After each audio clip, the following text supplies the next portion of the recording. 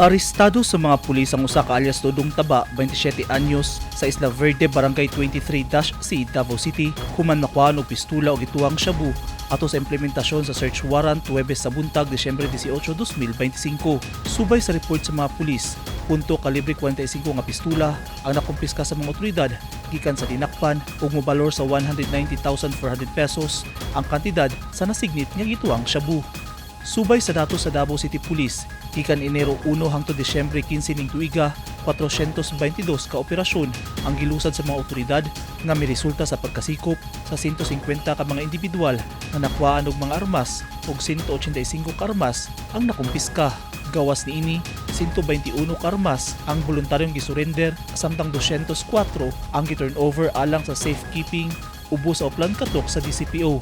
146 na kakaso ang napasaka sa korte. Nagpasalamat ang Davao City Police sa suporta sa mga Davaoenyo ug aktibong partisipasyon sa komunidad.